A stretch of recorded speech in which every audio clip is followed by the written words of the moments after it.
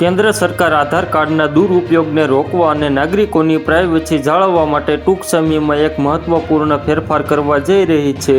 હવે hotel, guest house કે કોઈપણ ઇવેન્ટ આયોજકો ગ્રાહકો પાસેથી આધાર કાર્ડની ફિઝિકલ ફોટોકોપી માંગી શકશે નહીં। તેના બદલે આધાર વેરિફિકેશન માટે અદ્યતન ડિજિટલ ટેકનોલોજીનો ઉપયોગ ફરજિયાત કરવામાં આવશે। મહારાષ્ટ્રના નાસિક જિલ્લામાં વાણી ગામ નજીક ભવારી ધોધ નજીક ઘાટ વળાંક પર એક ભયાનક અકસ્માત સર્જાયો હતો, જ્યાં એક ઇનોવા કાર 800 ફૂટ ઊંડી ખીણમાં ખાબકતા એક જ પરિવારના 6 શ્રદ્ધાળુઓના ઘટનાસ્થળે જ મોત નીપજ્યા હતા। શ્રદ્ધાળુઓ સપ્તશૃંગી ગઢ માતા સપ્તશૃંગીના દર્શન કરીને પરત ફરી રહ્યા હતા ત્યારે ગમતવાર અકસ્માત સર્જાયો હતો। ગુજરાત સહિત સમગ્ર ઉત્તર ગુજરાતમાં શિયાળાનો પ્રકોપ દિવસે ને દિવસે વધતો જઈ રહ્યો છે। રાજ્યભરમાં ઠંડીનો ચમકારો અનુભવાઈ રહ્યો છે। અનેક શહેરોમાં લઘુત્તમ તાપમાન 15 ડિગ્રીથી નીચે ઉતરી ગયું છે। નલિયા 10.6 ડિગ્રી સાથે ગુજરાતનું સૌથી ઠંડુ શહેર બન્યું છે। આગામી દિવસોમાં વધુ આકરી ઠંડી પડવાની આગાહી કરવામાં આવી છે।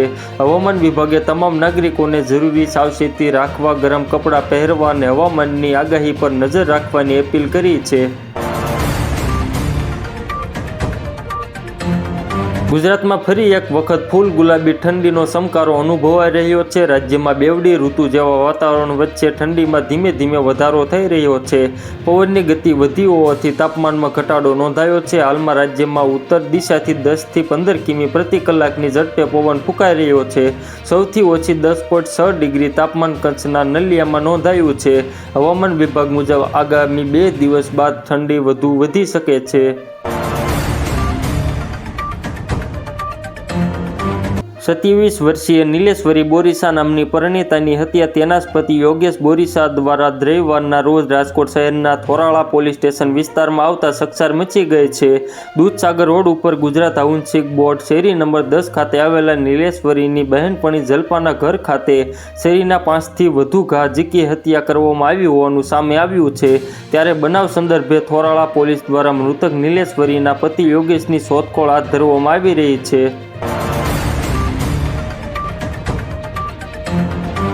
અમદાવાદમાં નિકાહ સમારોહમાં હાજરી આપ્યા બાદ પાછા ફરતા મિત્રોના જૂથને ભયંકર અકસ્માત નડ્યો હોવાની ઘટના સામે આવી છે। વેજલપુર ખાતે મિત્રના નિકાહથી નીકળીને વહેલી સવારે નાસ્તો કરવા ખેડા તરફ જઈ રહેલા 4 મિત્રો મારુતિ સ્વિફ્ટ ડિઝાયરમાં મુસાફરી કરી રહ્યા હતા। આ દરમિયાન થયેલા ગંભીર અકસ્માતમાં કાર ચલાવનાર 19 વર્ષીય યુવકનું કરુણ મોત નીપજ્યું છે, જ્યારે અન્ય 3 મિત્રો ગંભીર રીતે ઘાયલ થયા છે।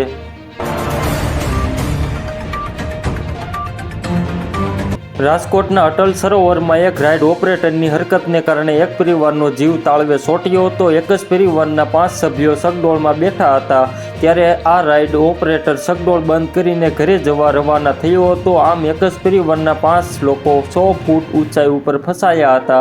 રાત્રિના 10:30 વાગ્યા આસપાસ આ ઘટના બની હતી। સગડોળમાં 5 થી 6 લોકોના પરિવાર હવામાં 20 મિનિટ સુધી રહ્યા હતા। તેઓ ડરી ગયા હતા, જેથી તેઓએ ફાયર બ્રિગેડને ફોન કરીને મદદ માંગી હતી। ફાયર બ્રિગેડની ટીમ તાત્કાલિક ઘટના સ્થળે પહોંચી હતી। રાજ્યના તાપમાન અને હવામાન અંગે નિષ્ણાત આંબાલાલ પટેલે આગાહી કરી છે। આગાહી મુજબ ગુજરાતમાં તારીખ 10 થી 13 ડિસેમ્બર દરમિયાન ઠંડીનું જોર વધશે। આ સમયગાળામાં ઉત્તર ગુજરાત અને બનાસકાંઠાના ભાગોમાં તાપમાન 10 થી 11 ડિગ્રી રહેવાની શક્યતા છે, જ્યારે કચ્છમાં 10 ડિગ્રી તાપમાન નોંધાશે। સમી, હારીજ, મહેસાણા, પંચમહાલ અને મહીસાગર જેવા વિસ્તારોમાં પણ ઠંડીનો અનુભવ થશે। સવારે હાડકાં કંપાવતી ઠંડી બાદ બપોરે તાપમાન 29 થી 31 ડિગ્રી સુધી પહોંચી શકે છે। 22 ડિસેમ્બરની આસપાસ કાતિલ ઠંડી પડશે।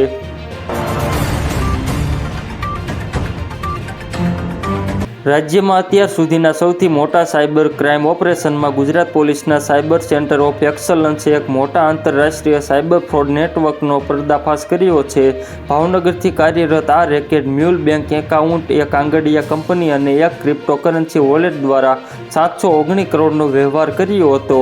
આ કેસમાં ભાવનગરની એક ખાનગી બેંકના 2 કર્મચારીઓ સહિત કુલ 10 આરોપીઓની ધરપકડ કરવામાં આવી છે।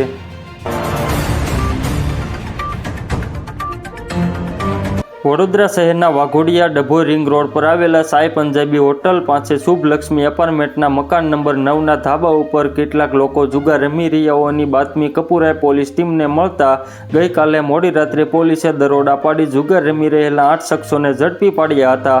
કપૂરાએ પોલીસે ઝડપી પાડી ₹2.66 લાખ ઉપરાંત મુદ્દા માલ કબજે કર્યો હતો. જૂનાગઢ શહેરમાં એટીએમ પર રૂપિયા જમા કરાવવા આવતા લોકોને નિશાન બનાવી છેતરપિંડી કરનાર એક યુવાન આખરે પોલીસના જાળમાં આવી ગયો છે. આ યુવાન છેલ્લા ઘણા સમયથી જુદા જુદા શહેરોમાં લોકો સાથે આ રીતની ઠગાઈ કરતો ફરતો હતો. સુરત, અમદાવાદ, રાજકોટ અને જૂનાગઢમાં લોકો પાસેથી રોકડ લઈ ઓનલાઈન જમા થયો હોવાનું બતાવી રૂપિયા પડાવવાની તેની રીત પોલીસ સમક્ષ ખુલ્લી પડી છે.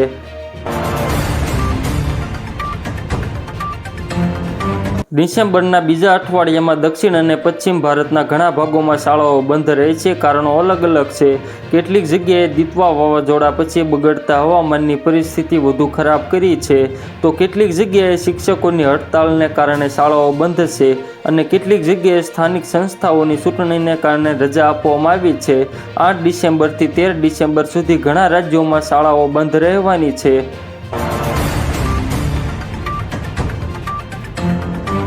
અમદાવાદ ગ્રામ્ય એસઓજીએ મોટી માત્રામાં ગાંજાનો જથ્થો ઝડપી પાડ્યો છે. પોલીસને બાતમી મળી હતી કે એક મહિલા ઓરિસ્સાથી મોટી માત્રામાં ગાંજાનો જથ્થો લઈ ધોળકા પાસે આવેલા શેખડી ગામ પાસે નિરંજન ગૌસ્વામીને આપવાની છે.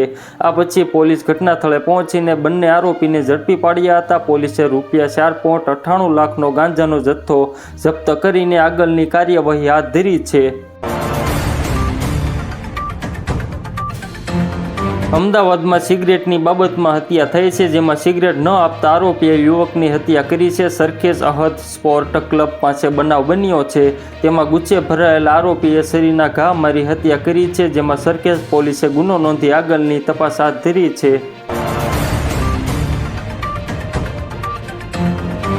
મોરબીમાં અકસ્માતોની સંખ્યા સતત વધી રહી હોય તેમ જણાઈ રહ્યું છે. આવામાં વધુ એક અકસ્માત સર્જાતા સમગ્ર પંથકમાં હરેરાટી વ્યાપી ગઈ છે.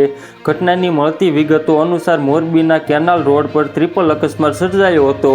આ અકસ્માતમાં 2 વ્યક્તિના મોત થયા હતા. આ ટ્રિપલ અકસ્માતમાં કાર, રિક્ષા અને બાઇક વચ્ચે ટક્કર થઈ છે. આ અકસ્માતની ઘટનામાં કાર ચાલક સામે ગુનો નોંધાયો છે.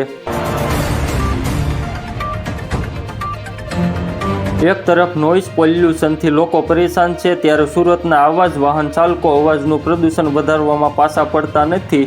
ટ્રાફિક સિગ્નલ બંધ હોવા છતાં હોર્ન વગાડવાનો શોખીનો વારંવાર હોર્ન વગાડીને લોકોના માથાનો દુખાવો વધારી રહ્યા છે. ત્યારે આવા જ હોર્નના શોખીન અને નિયમ તોડ લોકોને પાઠ શીખવવા માટે સુરત ટ્રાફિક પોલીસ એક્શનમાં આવી છે અને 10 દિવસમાં જ આકરી કાર્યવાહી કરી છે. તો મિત્રો, હાલ માટે એટલું જ. ફરી મળીએ નવી અપડેટ અને નવા સમાચાર સાથે. તે પહેલાં ખાસ કરીને વિડીયોને એક લાઇક અને RTV ગુજરાતી ન્યૂઝ યુટ્યુબ ચેનલને ખાસ કરીને સબસ્ક્રાઈબ કરવાનું ભૂલતા નહીં મિત્રો.